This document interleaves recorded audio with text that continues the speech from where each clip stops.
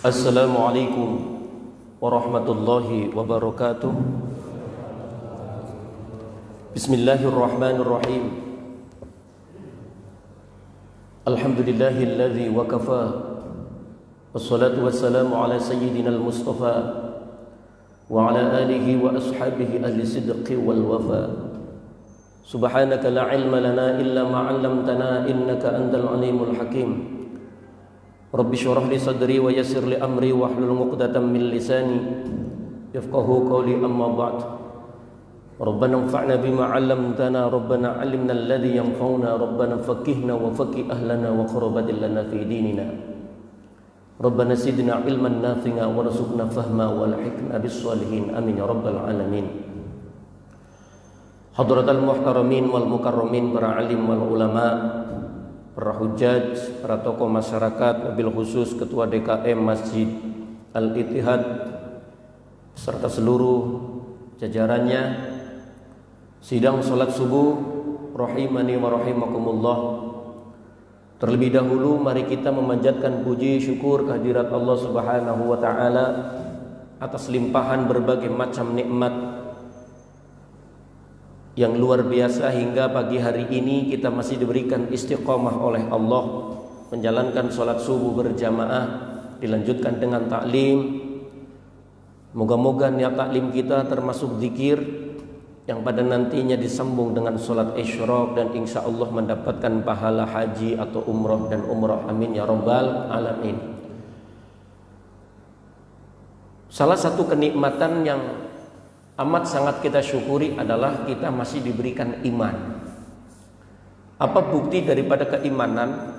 Implikasi daripada keimanan seorang hamba Allah itu adalah ketika dia merasakan lezat, merasakan nikmat, merasakan enak, lezat di dalam beribadah kepada Allah, dan motivasi yang tinggi di dalam rangka ketaatan kepada Allah Subhanahu wa taala. Dan tentunya termasuk daripada bagian daripada iman adalah ketika kemurnian daripada keyakinan ada pada diri seorang hamba Allah. Tetap waspada, tetapi juga tetap hati-hati dan tetap berikhtiar secara jasmani dan rohani. Dan salah satu hal yang patut kita waspadai sekarang ini adalah ketika di tengah-tengah manusia umumnya dan khususnya juga di kalangan umat Islam telah berjangkit satu penyakit yang ditimbulkan oleh alladzi yuwaswisu fi sudurinnas walikinnas ilajat min syarril waswasil khannas, min syarril waswasil khannas alladzi yuwaswisu fi sudurinnas minal jinnati wan nas. Seperti yang kita rasakan sekarang ini adalah mewabahnya daripada pandemik, mungkin ini yang kedua kalinya yang luar biasa daripada COVID-19.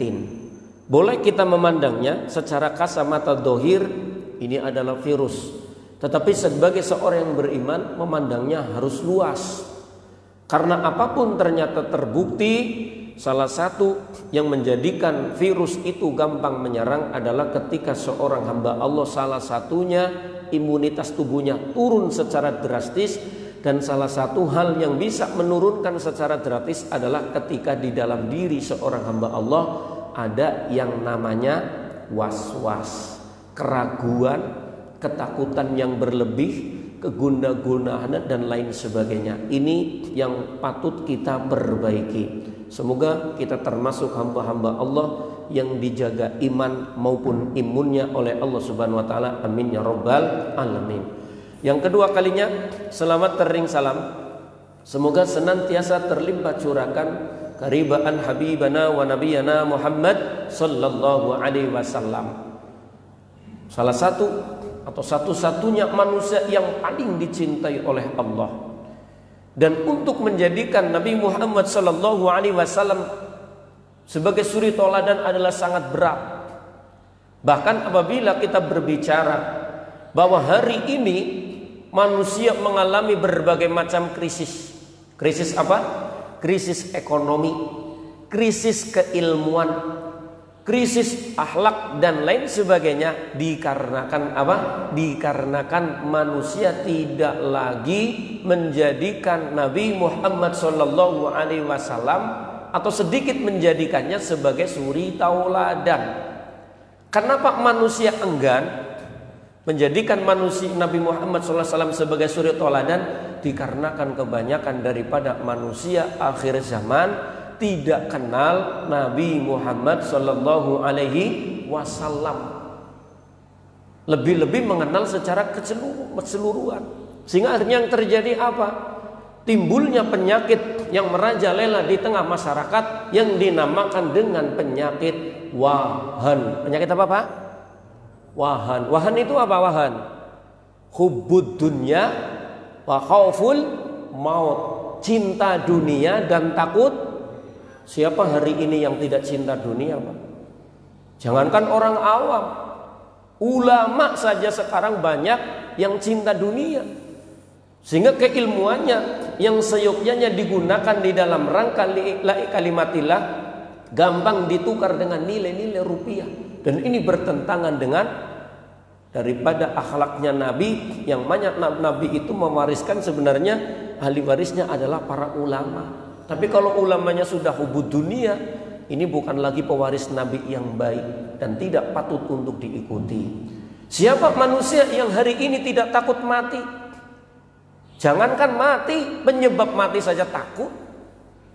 Bahkan yang lebih memprihatinkan adalah ketika menjadikan penyebab kematian itu lebih menakutkan daripada nanti pembalasan ketika ada cerita di akhirat nanti adalah tentang siksa yang amat pedih, yaitu siksaan daripada api neraka. Dan ini kita wajib prihatin. Maka pagi hari ini kembali kita akan mengkaji tentang syama'il Rasulillah Sallallahu Alaihi Wasallam, supaya kita tahu sosok Nabi itu kayak apa. Nah, pagi hari ini kita akan membahas tentang al-faslus tsani fi sifati firashihi Sallallahu Alaihi Wasallam wa ma yunasabu. Jadi menerangkan tentang daripada firasnya atau tempat tidurnya Nabi Muhammad Sallallahu Alaihi Wasallam, dan juga hal-hal yang dikaitkan dengan daripada tempat tidurnya atau tikernya atau ranjangnya Nabi Muhammad Sallallahu Alaihi Wasallam. Bagaimanakah sih sebenarnya tempat tidur Nabi Muhammad Sallallahu Alaihi Wasallam, sehingga mungkin kalau bisa kita mencontohnya, minimal kita tidak masuk dalam kategori alhaqumut takatsur. Qala musannifu rahimahullah taala wa nafa'ana bihi bi ulumi fid dharain amin ya rabbal alamin. Al-faslus tsani fi sifati firashihi sallallahu alaihi wasallam. Bab menerangkan tentang, pasal kedua menerangkan tentang sifat daripada tempat tidur atau tikar atau ranjangnya Nabi Muhammad sallallahu alaihi wasallam. Kana li Rasulillah sallallahu alaihi wasallam firashun min adamin. Bahwasanya Nabi Muhammad sallallahu alaihi wasallam itu mempunyai tempat tidur, mempunyai tikar tidur, ya, ranjang tidur yang terbuat dari apa? Min adamin, dari kulit yang disamak. Jadi tempat tidurnya Nabi terbuat dari kulit yang disamak. Bukan kasur yang empuk, bukan ranjang yang tinggi di tingkat-tingkat, itu enggak. Sama sekali enggak. Hashbuhu lifun, yang mana isi daripada kulit yang disamak tersebut, isi dalamnya itu adalah serabut. Jadi berisikan serabut, bukan hal-hal yang empuk. Tuluhu, yang panjangnya ada dira'aini, 2 jengkal, au nahwuhum, atau kira-kira atau seumpamanya daripada 2 jengkal. Wa arduhu, lebarnya dira'un, 1 dira', au nahwuhu. Wa kana, dan Nabi Muhammad sallallahu alaihi wasallam adalah orang yang mutaqallilan fi amti'atid dunya.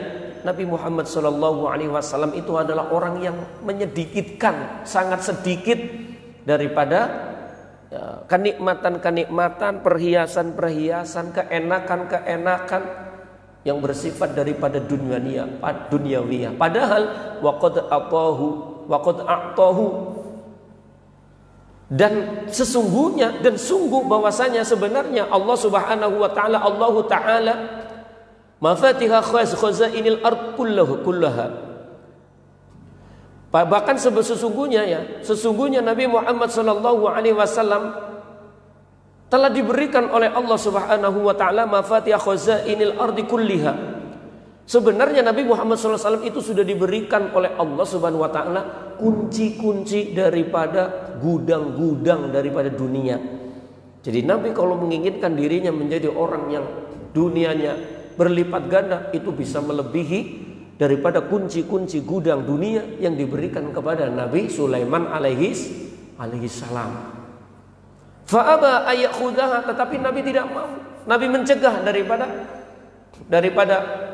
kenikmatan-kenikmatan yang diberikan oleh Allah berupa daripada kunci-kunci dunia, memanfaatkan daripada kenikmatan-kenikmatan yang bersifat duniawi. Waqtarul akhirata 'alaiha, dan Nabi lebih memilih daripada kehidupan akhirat, kenikmatan yang bersifat ukhrawi.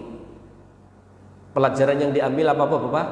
Sederhana dalam tempat tidur. Yang kedua, menjadikan akhirat sebagai orientasi utama. Betapa banyak orang dikarenakan nikmat di tempat tidur, boro-boro bangun subuh, boro-boro bangun tengah malam, bangun subuh saja berat. Karena apa? Nikmat. Udah tidur pakai dipan yang nyaman, kasurnya empuk, udaranya sejuk, makan ketika mau tidur kenyang, udah sempurna. Yang terjadi apa? Berat untuk bangun malam beribadah kepada Allah Subhanahu wa taala. Ini yang terjadi di akhir zaman. Wasu'ilat Aisyah radhiyallahu anha, dan ditanyai daripada sahabat, ditanyai siapa si Aisyah radhiyallahu anha, maka nafi Rasulullah sallallahu alaihi wasallam, bagaimana tikarnya atau tempat tidurnya Nabi Rasulullah sallallahu alaihi wasallam fi baitiki, di dalam rumahmu. Qalat min adamin, lemeknya atau tikernya atau ranjangnya Nabi Muhammad sallallahu alaihi wasallam di rumahnya Aisyah itu adalah terbuat daripada min adamin, kulit yang disamak. Hashfuhu lifun, yang isinya itu adalah berupa serabut. Bagaimana luar biasa Nabi Muhammad SAW ini. Bahkan Nabi Muhammad SAW pernah suatu ketika wa anha radhiyallahu taala anha, dan diceritakan juga dari sahabat Aisyah, semoga Allah meridhoinya, dakhalat alayya imra'atun minal ansar, masuk ke dalam rumahku daripada wanita daripada golongan Ansor, faraat firasya Rasulillah, maka wanita tersebut melihat daripada firasnya, tempat tidurnya Rasulullah sallallahu alaihi wasallam, qatifatan, bludru, masniatan, yang ditekuk-tekuk ya. Ditekuk-tekuk sampai dua. Faba'asat ilayya bi firashin, maka kemudian perempuan daripada perempuan Ansor ini kemudian mengirimkannya kepada Aisyah dengan firash, dengan tempat tidur dengan tikar yang terbuat hashmuhus suf, yang isinya adalah berupa bulu domba. Fadakhala alayya Rasulullah sallallahu alaihi wasallam, kemudian Rasulullah masuk. Faqala ma hadha ya Aisyah, Rasulullah bertanya, apa ini Aisyah? Qultu ya Rasulullah, aku berucap, ya Rasulullah, wahai Rasulullah, fulanatul ansariyatu, ada seorang wanita daripada golongan Ansar, dakhalat faraat, perempuan itu masuk melihat daripada firashmu, daripada tempat tidurmu. Faba'asat ilayya bihadza, kemudian dia mengirimkan mengirimkan daripada firash yang isinya terbuat dari bulu. Kata Nabi Muhammad sallallahu alaihi wasallam, faqala, kemudian maka Rasulullah berkata, ruddi, kembalikan firash ini ya Aisyah. Fa wallahi law syi'tu la ajrallahu ta'ala ma'i jibal adh-dhahabi wal fiddah. Maka demi Allah, apabila aku menghendaki, la ajrallah, maka pasti Allah Subhanahu wa taala akan memberikan balasan untukku jibalal dzahabi wal fiddah. Apa yang diberikan oleh Allah kalau Rasulullah minta? Pasti Allah akan memberikan gunung daripada gunung-gunungnya emas dan juga daripada gunung perak. Inilah baginda Nabi Muhammad sallallahu alaihi wasallam. Sangat sederhana sekali. Sangat sederhana. Kalau mau dikatakan, wah Rasulullah itu miskin. Rasulullah tidak miskin. Tetapi Rasulullah sallallahu alaihi wasallam itu orang yang sangat sederhana. Kalau dikatakan miskin, nggak pas karena sedekahnya banyaknya luar biasa. Tetapi ada satu doa Rasulullah yang pasti kita itu nggak berani baca doa itu. Salah satu ada riwayat mengatakan Rasulullah berdoa, ya Allah jadikanlah aku orang miskin dan jadikanlah aku berkumpul dengan orang-orang, kumpulkanlah aku dengan orang-orang miskin. Ada yang berani berdoa, ya Allah jadikanlah hambamu sebagai orang yang miskin? Nggak ada. Yang banyak itu adalah jadikanlah aku orang yang minimal cukup, atau juga minta menjadi kaya raya. Sebenarnya cobaan kaya miskin itu berat mana Pak? Berat miskin berat kaya? Tergantung ya. Tergantung. Wa kana sallallahu alaihi wasallam, Rasulullah sallallahu alaihi wasallam itu adalah orang yang kasiran ma yanamu 'alal hasrir. Rasulullah sallallahu alaihi wasallam adalah orang yang banyak, artinya sering, yang tidur beliau adalah di atas tikar wahdahu, tikar saja. Jadi Rasulullah itu adalah seorang yang seringnya atau kebanyakan itu tidurnya di atas tikar, hanya tikar saja. Sehingga diceritakan dalam riwayat yang lain bahwa sampai membekas di bagian pinggul pinggang Rasulullah sallallahu alaihi wasallam. Laisa tahtahu syai'un khairuhu, yang tidak ada di bawah daripada tikar itu sesuatu ya selain daripada tikar itu. Sangat sederhana. Wa Abdullah bin Mas'udin, dan diceritakan dari sahabat Abdullah bin Mas'ud radhiyallahu taala, semoga Allah meridhoinya, qala dakhaltu 'ala Nabi sallallahu alaihi wasallam wa huwa fi khurfatin ka'annaha baitu hammam. Jadi saya masuk kepada Rasulullah sallallahu alaihi wasallam dan Rasulullah itu ada di sebuah kamar, ghurfah, ruangan, kamar yang mana ruangannya itu seperti apa? Baitu hammam. Kalau bahasa kita kayak kamar mandi apa ya? Sangat sederhana, tidak ada perabot, tidak ada. Bis boro-boro kamarnya ada apa namanya? Boro-boro di situ ada perabot yang mewah-mewah. Wa huwa naimun ala hasirin, dan Rasulullah sallallahu alaihi wasallam itu sedang tidur atau orang yang tidur di atas tikar. Qad asara bi jambihi, bahkan sungguh telah berbekas daripada tikar itu telah berbekas di sisinya atau di bahunya, di sisi pinggir badannya Nabi Muhammad sallallahu alaihi wasallam. Jadi sahabat Abdullah bin Mas'ud masuk ke ruangannya Nabi, dan yang dia saksikan Nabi Muhammad sallallahu alaihi wasallam itu adalah seorang yang tidur. Nabi Muhammad sallallahu alaihi wasallam tidurnya terlentang, telungkup, apa miring Pak? Miring. Miringnya miring kanan apa miring kiri? Kanan. Nah ternyata sunnah Rasulullah sallallahu alaihi wasallam itu adalah tidur miring, miringnya dengan bagian tubuh yang kanan. Dan secara medis bisa dibuktikan apa efek orang yang terbiasa tidur terlentang, apa efek orang yang terbiasa tidur tengkurap, apa efek orang yang terbiasa tidur miring kiri, dan apa efek orang yang terbiasa mengikuti sunnah Rasulullah, yaitu tidur dengan miring kanan. Dan Rasulullah Shallallahu Alaihi Wasallam ketika belum mencontohkan umatnya bahwa secara lahiriah beliau itu senangnya tidur di atas tikar, tidak empuk-empukan, itu pasti di situ juga ada sesuatu, Pak. Tidak mungkin bahwa Rasulullah Shallallahu Alaihi Wasallam itu tidurnya di atas tikar, tidak mencontohkan tidur di atas permadani yang empuk, di dalamnya tidak ada rahasia. Pasti setiap hal yang dilakukan oleh baginda Nabi Muhammad Shallallahu Alaihi Wasallam yang ini merupakan adalah sunnah, itu pasti ada ada manfaatnya, ada hikmah di dalamnya. Tidur di tikar, miring kanan, itu pasti ada sesuatu di situ. Para ahli mengatakan orang yang tidur miring kanan, ahli kesehatan itu sehat. Dikarenakan bla bla bla bla. Tanya pada ahli medis. Yang lain-lain banyak. Nah kemudian apa yang terjadi? Fabakaitu, maka aku menangis, kata Abdullah.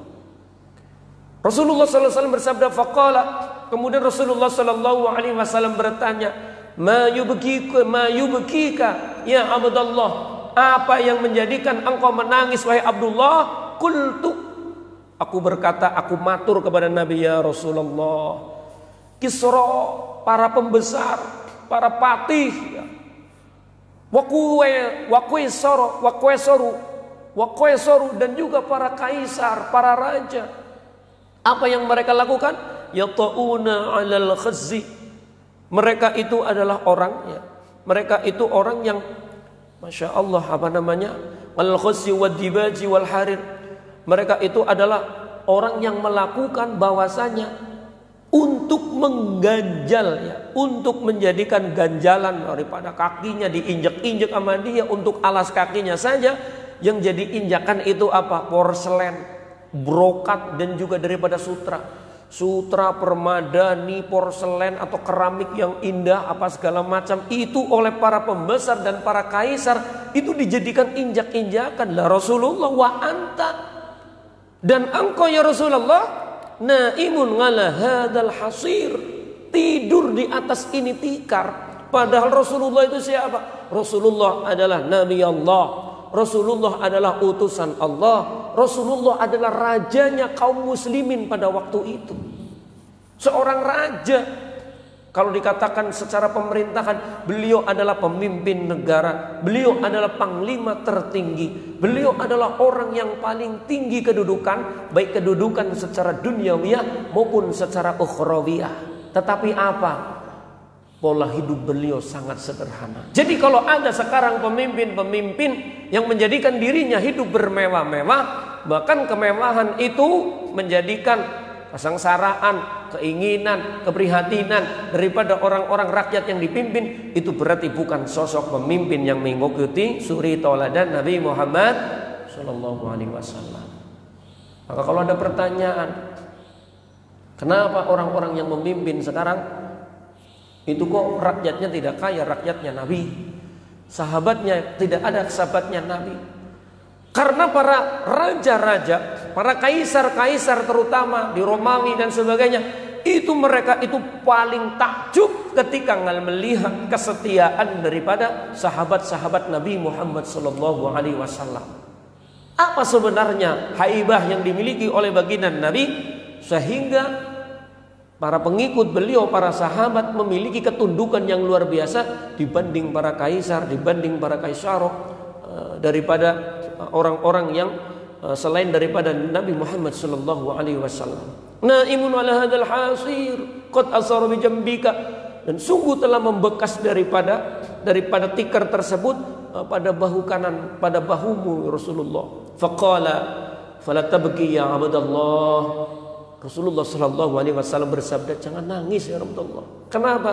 Fa inna lahumud dunya, maka karena sesungguhnya bagi mereka itu adalah dunia, walanal akhirah, dan bagi kita itu adalah akhirat. Ingat, ad-dunya sijnul mu'min wa jannatul kafir. Dunia itu adalah penjaranya orang beriman dan surganya orang-orang kafir. Buktinya apa?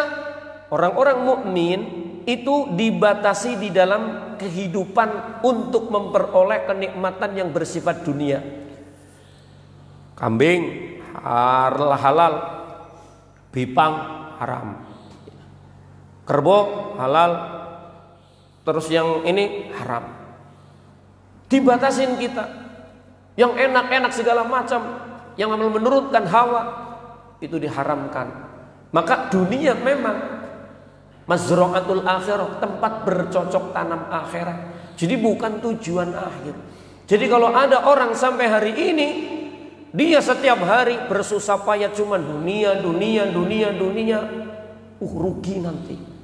Tiap hari kerja pagi pulang malam kagak pernah nengok masjid. Kerja pagi pulang malam, kemudian tidak pernah mencari bekal-bekal akhirat, tidak menambah ilmu, tidak meningkatkan kualitas ibadah, tidak mencari guru-guru yang dapat mengarahkan kepada ilmunya Allah dan ilmunya Rasulullah. Ini nanti kalau tua, ini nanti kalau menjelang daripada sakaratul maut, pasti akan timbul daripada penyesalan. Ingat, sanad ilmu itu sangat penting, guru itu sangat penting. Sampai dikatakan man ta'allama bila syaihin fa syaihu setonun. Barang siapa yang tidak man ta'allama bila syaihin, barang siapa yang belajar tanpa ilmu, tanpa guru, gurunya adalah setan. Wa an Ibnu Abbas, diceritakan dari sahabat Ibnu Abbas radhiyallahu anhuma. Semoga Allah menceritakan Ibnu dan Abbas, haddatsani Umar bin Al-Khattab radhiyallahu taala anhu qala, telah bercerita kepadaku Umar bin Khattab apa yang diceritakan kepada Ibnu Abbas dari Umar bin Khattab. Dakhaltu ala Rasulillah, aku masuk atas Rasulullah sallallahu alaihi wasallam, wa huwa ala hasir. Nah, adapun Rasulullah itu di atas tikar. Qala fajalastu fa idza alaihi izaruhu wa laysa alaihi ghairu. Rasulullah cuman memakai Rasulullah cuman memakai pakaian panjang ya, kayak semisal sarung. Wa idzal hasiru qad asara fi jambihi. Dan pada waktu itu bahwasanya tikar sungguh telah membekas pada bahu Rasulullah sallallahu alaihi wasallam. Wa idza ana biqabdatin. Dan pada waktu itu aku spontan aku mengambil daripada min syairin nahwa sok, serabut semisal daripada satu sok. Artinya apa? Artinya pada tikar Rasulullah itu sudah ada benang-benang yang semrawut. Artinya tikernya itu nggak rapi, bukan tikar yang mewah, bukan tikar yang yang bagus. Wa idza ihabun mu'allaqun, dan tatkala diberikan daripada itu fabadarat ainai, maka spontan dua mata daripada sahabat Umar bin Khattab menangis. Sedih sekali melihat kondisi Nabi Muhammad sallallahu alaihi wasallam. Kenapa Nabi begini? Masya Allah, zuhudnya luar biasa. Nabi Muhammad sallallahu alaihi wasallam adalah manusia yang zuhudnya luar biasa. Zuhud itu artinya apa? Tidak ada. Zuhud itu artinya tidak ada menempatkan dunia pada hatinya. Itu yang susah, Pak. Contoh kalau kita, termasuk saya, mungkin bapak-bapak kita semua, contoh orang yang tidak zuhud itu apa? Kehilangan satu barang itu hatinya apa? Menyayangkan, nyesel. Punya kita lagi jalan, tahu-tahu jatuh uang 100.000. Mikir, aduh, uang saya hilang. Oh, sayang sekali. Jangankan uang hilang, kadang-kadang sesuatu yang kita cintai diambil tanpa omongan oleh orang dekat kita, kita juga ada rasa, aduh. Diambil teman kita, aduh. Diambil keluarga kita, aduh. Itu berarti dalam diri kita masih bergantung daripada dunia. Jadi yang dipikirin dunia. Nabi Muhammad SAW 100 bahkan mungkin 1000, 10.000, 1 juta % beliau bisa melepaskan daripada kecintaan semacam itu kepada dunia. Faqala ma yubghika ya ibnal Khattab. Maka Rasulullah SAW kemudian bertanya, apa yang membuat engkau nangis ya Ibnu Khattab? Faqultu ya Nabi Allah, wa ma liya la abki wa hadzal hasiru qad asara fi jambaika. Wahai Nabi Allah, bagaimana aku tidak menangis sedangkan tikar ini telah berbekas di kedua bahumu. Wa hadhihi khazainuka, dan ini adalah gedungmu, rumahmu maksudnya. La ara fiha illa ma ara, yang aku tidak melihat apa-apa selain apa yang aku lihat. Benar-benar di rumah Nabi Muhammad SAW itu tidak ada perabot-perabot mewah. Boro-boro umpamanya lemari-lemari yang isinya adalah perabotan-perabotan terbuat dari emas, boro-boro. Tidak lihat apa-apa kecuali yang dilihat oleh sahabat Umar bin Khattab, wa dzaka Kisra. Sedangkan di sana itu mereka Kisra, para pembesar, wa Qaisar, dan para kaisar Fissinari. Mereka itu ada di dalamnya ada buah-buahan, wal anhari, dan bengawan-bengawan. Artinya gedung-gedung yang dimiliki oleh para pembesar itu ada mengalir daripada sungai-sungai yang juga buah-buahannya tersedia. Wa anta nabiyallah, dan engkau adalah, dan adapun engkau ini adalah nabinya Allah. Wa safwatuhu, dan persifatan daripada persifatannya Allah. Wa hadhi khazainu, ini gedung ya Rasulullah. Qala ya ibnul Khattab, Rasulullah berkata, ya ibnul Khattab, wahai ibnu Khattab, ama tarda an takuna lana al-akhirah wa lahumud dunya? Ama tarda, apakah engkau tidak ikhlas an takuna lana al-akhirah, apabila akhirat itu diperuntukkan untuk kita, walahumud dunya, dan bagi mereka adalah dunia. Wa inna qaumun ukhirat lana thayyibatuna fi akhiratina, dan sesungguhnya kita ini adalah kaum yang diakhirkan bagi kita kebaikan atau kebaikan kita di akhirat. Jadi orientasi Rasulullah Sallallahu Alaihi Wasallam itu adalah kebaikan-kebaikan yang nanti akan diberikan oleh Allah Subhanahu Wa Taala di akhirat. Padahal kalau nurutin nafsu, Pak, Rasulullah itu udah dibilikan kabar gembira pasti masuk surga. Kenapa hidupnya masih begini? Sama seperti Rasulullah itu dosanya sudah diampuni oleh Allah, tapi kenapa setiap hari masih terus beristighfar? Dengan banyak istighfar, minimal sehari 100 kali beristighfar. Orang yang dijamin oleh Allah pasti masuk surga, itu tiap hari istighfarnya banyak. Lah kita, siapa yang jamin kita masuk surga?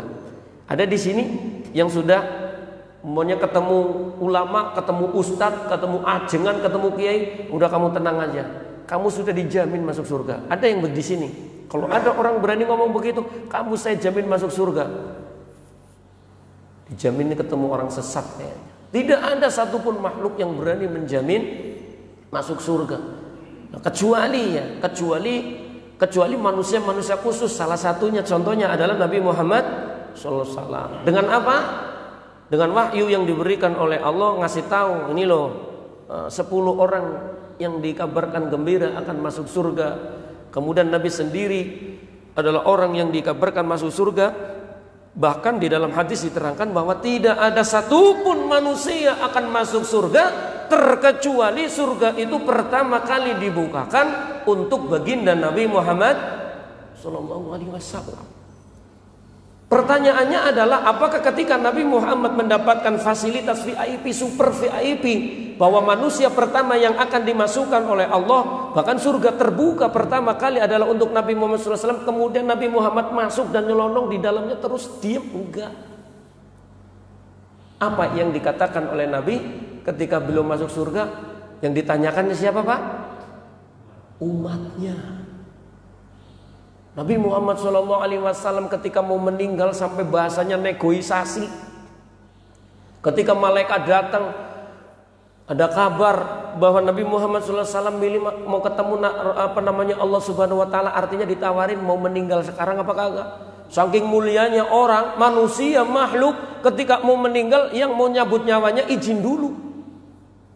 Ya udah, karena bahasanya mau ketemu sama Allah, udah. Tetapi apa yang diminta oleh Nabi? Yang diminta oleh Nabi, yang diingat oleh Nabi itu adalah umatnya. Bahkan ketika Nabi merasakan yang namanya sakaratul maut, merasakan yang namanya sakitnya sakaratul maut, apa yang beliau ingat? Yang beliau ingat adalah minta sama Allah, ya Allah, kalau sakaratul maut yang dicabut pelan-pelan, bahkan ini sudah kata malaikat 70 kali, lebih dipelankan untuk mencabutnya lebih pelan, karena yang dicabut ini adalah kekasih Allah, tetapi sakitnya masih luar biasa. Yang diingat oleh Nabi siapa, Pak? Umatnya. Ya Allah, yang namanya sakitnya sakaratul maut udah diringankan 70 kali lipat, masih sakitnya begini. Lah kalau yang aslinya sakitnya kayak apa? Akhirnya apa doa beliau? Ya Allah, timpakanlah sakitnya sakaratul maut umatku kepadaku saat ini, sehingga ketika nanti mereka mengalami sakaratul maut, mereka tidak merasakan pedihnya sakaratul maut yang luar biasa. Sakaratul maut masih mikir umatnya. Pemimpin mana, nabi mana yang begitu? Masih hidup dipikirkan umatnya. Umatnya dipikirin, dikasih warning. Wahai umatku, nanti di akhir zaman akan begini, begini, begini. Maka jangan ikut yang begini. Yang begini nggak benar, yang begini nggak benar. Ikut yang benar, jangan ikut yang nggak benar. Dikasih warning sama Nabi Muhammad SAW. Karena Nabi Muhammad SAW adalah manusia yang paling kasyaf, manusia yang paling terbuka tentang keghaiban-keghaiban dengan mukjizat yang ditunjukkan oleh Allah. Nih, kehidupan akhir zaman akan begini, kehidupan di alam barzah akan begini, kehidupan nanti di akhirat akan begini, surga isinya begini, neraka isinya begini. Kok sekarang ada manusia ngomong bahwa akhirat itu adalah akhirat itu adalah dongeng? Ya, Masya Allah. Itu kalau niatnya mencibir syariat Nabi Muhammad SAW, kafir udah kafir. Jadi bagaimana? Masya Allah. Kriterianya ada di Nabi Muhammad. Cari pemimpin ya kayak Nabi Muhammad, cari panutan ya kayak Nabi Muhammad. Masya Allah. Nabi Muhammad SAW udah meninggal, nanti juga ketika dibangunkan di padang mahsyar yang pertama, setelah dibangunkan, setelah tanya ini apa ini, yang ditanyakan yang selanjutnya apa? Di mana umatku? Ketika nanti terjadi yaumul di padang mahsyar, ketika mau dihisab, siapa yang akan sibuk di situ? Dicari orang. Akhirnya yang memintakan syafaatul uzma, meminta pertolongan kepada Allah, itu juga adalah baginda Nabi Muhammad SAW. Jadi syafaatnya berapa kali coba Pak? Udah sakaratul maut, udah nanti dibangunkan, ditanya umatnya, udah nanti diperjuangkan, sampai nanti kalau ada umatnya yang, Masya Allah, umatnya yang meniti daripada sirat, juga ditakutkan akan jatuh ke neraka, juga Nabi Muhammad berdoa. Dan ini, Masya Allah nih, ada satu tolak ukur yang cukup menakutkan Pak. Kita sering baca surat Al-Qari'ah, ya, sering kita baca surat Al-Qari'ah. Yang mana?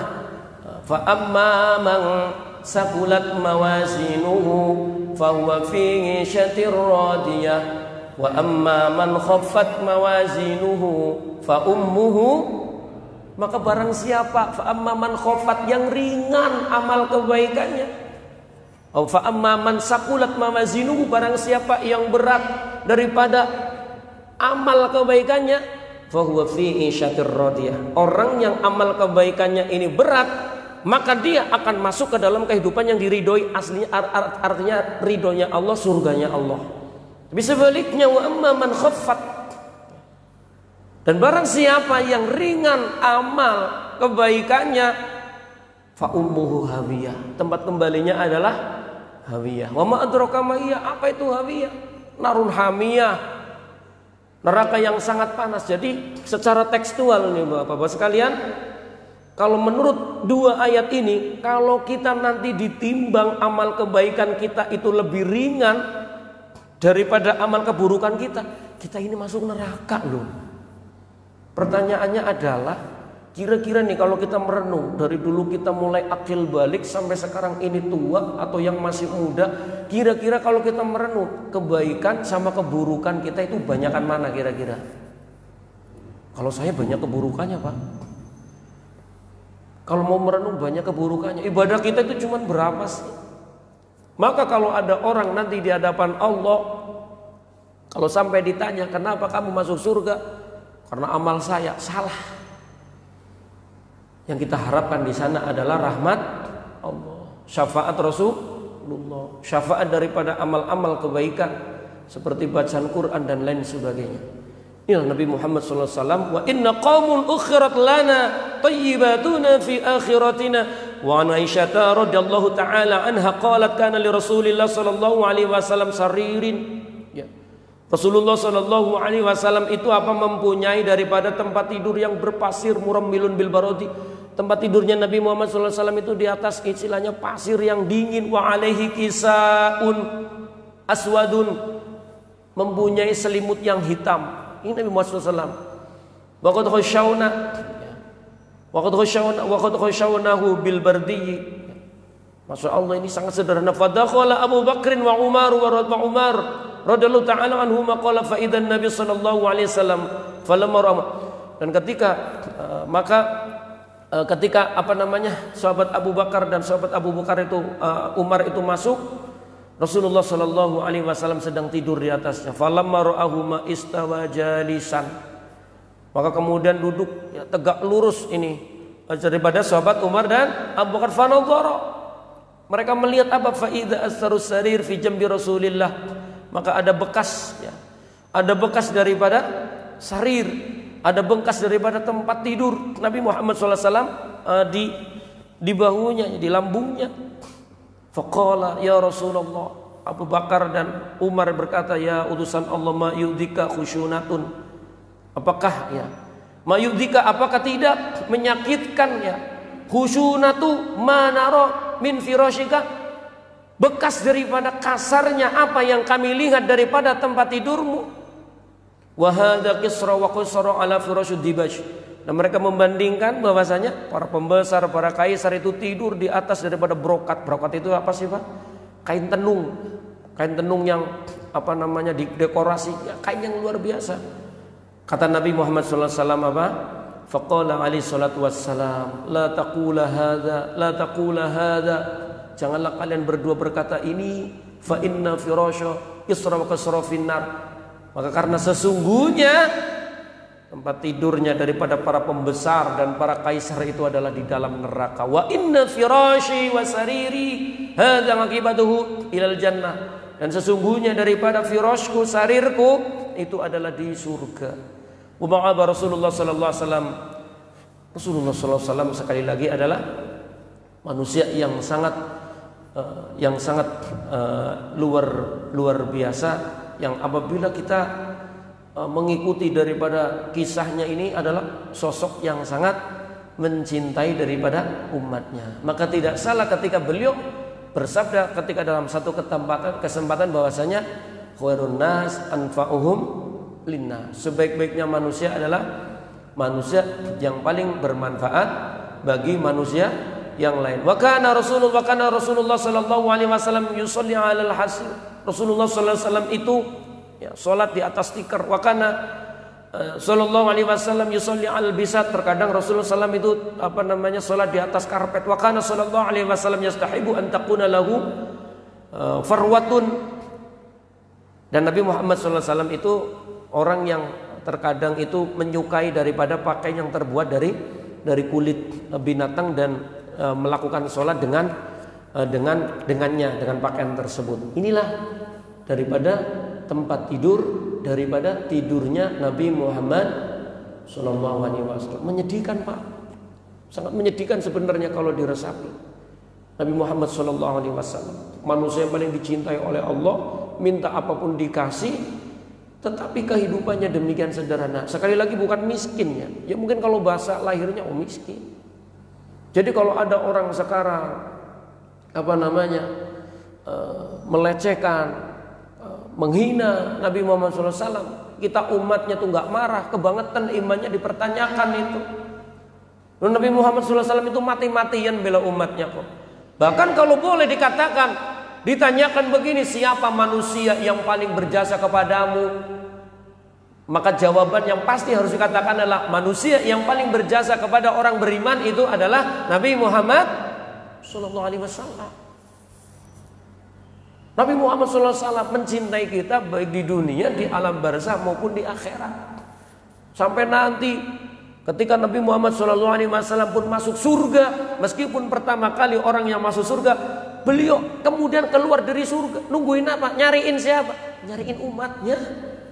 Cariin tuh umatnya. Umatku di mana nih? Jamaah Al-Ittihad nih, kok belum masuk masih di belakang, apa masih di smackdown sama malaikat gimana? Nabi Muhammad SAW.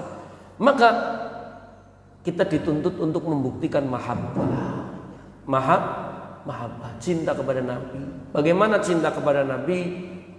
Orang yang cinta berarti orang yang suka menyebut namanya. Sebutlah nama Nabi, tapi sebutnya nama Nabi bukan menyebut dengan songong tanpa adab, Muhammad, Muhammad, Muhammad, Muhammad, tapi menyebut nama Nabi dengan berdoa, Innallaha wa malaikatahu yusholluna 'alan nabi ya ayyuhalladzina amanu shollu alaihi wasallam. Banyak sholawat. Udah banyakin sholawat. Mau sholawat mana? Allahumma sholli ala Ibrahimiyah, silakan. Mau sholawat Jibril, silakan. Sholawat-sholawat yang redaksinya dari Nabi Muhammad SAW banyak, silakan banyakin sholawat. Semakin kita sering bersholawat kepada Nabi, bahkan dikatakan bahwa ada satu amal yang insya Allah pasti amal itu nggak ditolak, itu adalah sholawat kepada Nabi Muhammad SAW. Kalau sholat belum tentu, Pak. Sholat kita belum tentu diterima. Ada yang di sini menjamin bahwa sholat subuh yang kita kerjakan diterima? Nggak ada. Yang ada itu apa? Yakin. Saya mah yakin sholat saya diterima.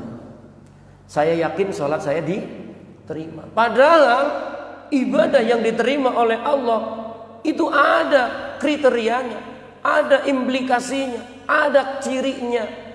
Salah satu ciri ibadah yang diterima oleh Allah Subhanahu wa Ta'ala adalah bahwa ketika ibadah itu dikerjakan, dia punya fungsi seperti yang dimaksudkan dalam ibadah tersebut. Contoh, orang berzakat. Zakat itu kan nilai sosial, yang mana salah satu implikasi diterimanya zakat adalah orang ikhlas kemudian terbentuk karakter sosial dalam jiwanya. Itu insya Allah diterima kalau sudah menerapi syarat dan rukun. Sholat diterima kalau sholatnya sudah sesuai dengan ilmu, sesuai dengan syarat dan rukun, sesuai dengan niat yang baik. Maka implikasinya adalah salah satu karakter diterimanya sholat adalah fungsi sholatnya ada apa? Tanha anil fahsya'i wal munkar. Tapi kalau sholatnya STMJ, diterima apa enggak? Embu. Sholatnya STMJ, sholat terus mabok jalan, sholat terus main jalan, sholat terus maksiat jalan, itu dipertanyakan itu diterima apa enggak? Embu. Dan salah satu juga yang menjadikan faktor itu adalah keikhlasan. Tidak ada yang menjamin, tapi insya Allah kalau kita sholawat terima. Maka Nabi sendiri katakan, barang siapa yang bersolawat kepadaku 1 kali, maka aku akan bersolawat untuknya 10 kali. Gak ada ruginya solawat itu. Termasuk ibadah ghairu mahdhah, ibadah yang tidak diikat oleh waktu, ibadah yang tidak diikat oleh aturan-aturan syarat dan rukun. Ya kondisi begitu mau solawat ya solawat aja. Dan tentunya bukan hanya bersolawat, tapi menjalankan daripada syariatnya Nabi Muhammad SAW. Yang kita prihatin, akhir-akhir ini sudah banyak yang alergi dengan syariatnya Nabi Muhammad SAW. Malah ini akhir zaman, orang-orang yang berusaha menghidupkan syariatnya Nabi, menghidupkan ajaran Nabi, mensyiarkan ajaran Nabi, dianggap apa? Radikal. Berbahaya kalau syariat Islam diamalkan oleh umatnya. Ingat, kalau ada siapapun dia, pemimpinkah apakah yang berusaha menghalang-halangi umat Islam mengamalkan syariatnya, bisa ditanda kutip mereka itu adalah kelompok harbiyun. Kelompok apa, Pak? Harbiyun, orang-orang yang memusuhi Islam, memusuhi agama Allah. Bisa mereka dari golongan kafir, bisa mereka dari golongan fasik, bisa mereka dari golongan munafik. Hati-hati sekarang ini. Serem kalau kita mau cerita sekarang, Pak. Anggota DPR sekarang berapa? Nggak usah cerita politik lah. Tapi apabila ada personal ataupun kelompok yang tidak senang umat Islam ngamalin, menjalankan syariat Nabi, bahkan kepengen mengamalkan dalam dalam aturan hidupnya, dihalang-halangi. Karena apa? Karena menganggap syariat itu nggak bagus dan sebagainya. Ingat, itu adalah harbiyun. Dan Allah sudah ingatkan, wala tattabi'u khutuwatis syaitan innahu lakum aduwwum mubin. Jangan ikuti langkah-langkah setan. Setan adalah musuhmu yang nyata. Dan ingat, kita juga dijelaskan oleh ulama, setan dalam kitab Durratun Nasihin ada beberapa kelompok. Setan dari setan asli, setan dari golongan jin yang bersekutu dengan setan, setan dari golongan manusia, yang manusia itu perilakunya adalah perilaku setan. Jazaduhumun nas, jasad mereka adalah ajzaduhumun nas, jasad-jasad mereka adalah manusia. Wa qulubuhumush syayatin, sedangkan hati mereka adalah setan. Setan itu adalah makhluk menggoda, paling senang kalau orang nggak taat sama Allah. Jadi kalau ada manusia menghalang-halangi manusia yang lain untuk taat kepada Allah, mereka adalah setan. Mereka adalah musuh, Pak. Perangi. Termasuk maaf. Sekarang ini kita lagi bingung, pandemik nih, hati-hati. Itu min syarril waswasil khonnas alladzi yuwaswisu fi sudurin nas minal jin. Masuk, Pak. Jadi jangan dianggap unsur kayak COVID-19 itu, ini pandangan saya punya pandangan, saya punya guru, saya punya ini. Pandangan kita itu bahwasanya pandemik 19 bukan hanya COVID-19 itu bukan hanya unsurnya zahiri, tapi di situ kalau percaya tidak percaya, rasakan tidak merasakan, ada unsur sihir. Sihirnya apa? Manusia terkesima dengan berita. Manusia ketakutan dengan ketakutan yang berlebihan. Itu sihir namanya. Siapa yang membisikkan? Minal jin nati wan nas. Jin dan manusia. Siapa manusia-manusia yang membisikkan? Itu yang gak suka. Akhirnya apa? Dengan alasan COVID kemudian kita udah merasakan ekonomi hancur, pendidikan hancur, silaturahim hancur. Tapi itu tidak, Masya Allah, gimana ya? Bukan kita menyepelekan itu, enggak. Tapi coba lu ditilik lu, jangan hanya ikhtiar dohir. No, ikhtiar batin no. Ikhtiar batin. Kenapa sih keluarga Gunda Gulana pada ketakutan dengan COVID-19? Udah ruqyah aja itu rumah, tiap hari bacain surat Al-Baqarah sampai khatam. Ya Pak ya? Karena apa? Kalau yang diantem udah was-was, ketakutan yang berlebihan, kemudian apa namanya? Gelisah, gunda, gulana, gula-gulaku. Itu yang terjadi apa? Imunnya turun. Imunnya turun, imannya turun, imunnya ikut turun. Lah bagaimana? Seharusnya di masa pandemi COVID-19 ini orang Islam kembali kepada apa? Kembali waqtasimu bihablillah, kembali berpegang teguh kepada tali. Mikir apa ini yang bisa menjadikan iman kita tetap bertahan. Bahkan di masa pandemik sekarang ini iman kita meningkat. Dan pasti banyak orang yang gak seneng, Pak. Gak seneng itu. Apa yang membuat iman jadi meningkat? Tingkatkan ibadah. Biar tenang. Dengan banyak berzikir. Ala bidzikrillahi tatmainnul qulub. Hati tiap hari itu mendisi. Kabar apa? RSUD meninggal. Ada kabar lagi apa? Di TV berkali-kali diulang. Dan bapak-bapak yang awam, kita yang awam juga mikir, orang setiap hari mati pasti stempelnya COVID, kenapa yang jantungan kagak di stempel jantungan? Sehingga saya sampai berpikir begini, moga-moga kejadian. Sekarang hampir semua penyakit dinyatakan COVID, nanti kalau nggak ada duit semua COVID dinyatakan penyakit biasa, kan repot. Udah nggak ada duitnya, sakit apa nih? Demam doang, kasih aja padahal COVID itu. Sekarang yang demam biasa katakan COVID umpamanya. Jadi jangan, itu sihir namanya. Karena ingat ya, sihir itu macam-macam loh. Sihir itu macam hipnotis, sihir. Ketika orang menjadikan berulang-ulang perkataan yang berulang-ulang, bahkan perkataan itu menjadikan lalai kepada Allah, takut kepada Allah, itu juga termasuk hipnot yang sifatnya sihir. Sekali lagi, min syarril waswasil khannas alladzi yuwaswisu fi sudur. Makanya pikiran saya, kita yang di masjid harus beda, Pak. Bukan menyepelekan, enggak, tapi harus beda. Beda apa? Siapa lagi yang mau membentengi ketauhidan ya? Siapa lagi yang mau membenteng ketauhidan kalau dari masjid nggak disiarkan tauhid, tauhid, tauhid, yakin sama Allah, yakin sama Allah.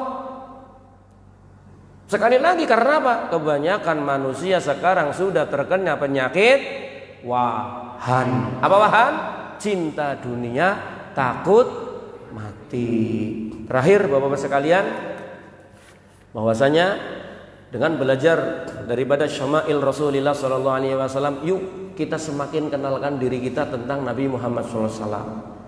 Karena banyak orang mengaku umat Nabi, bersyahadat Nabi, tapi tidak kenal bagaimanakah Nabi Muhammad sallallahu alaihi wasallam.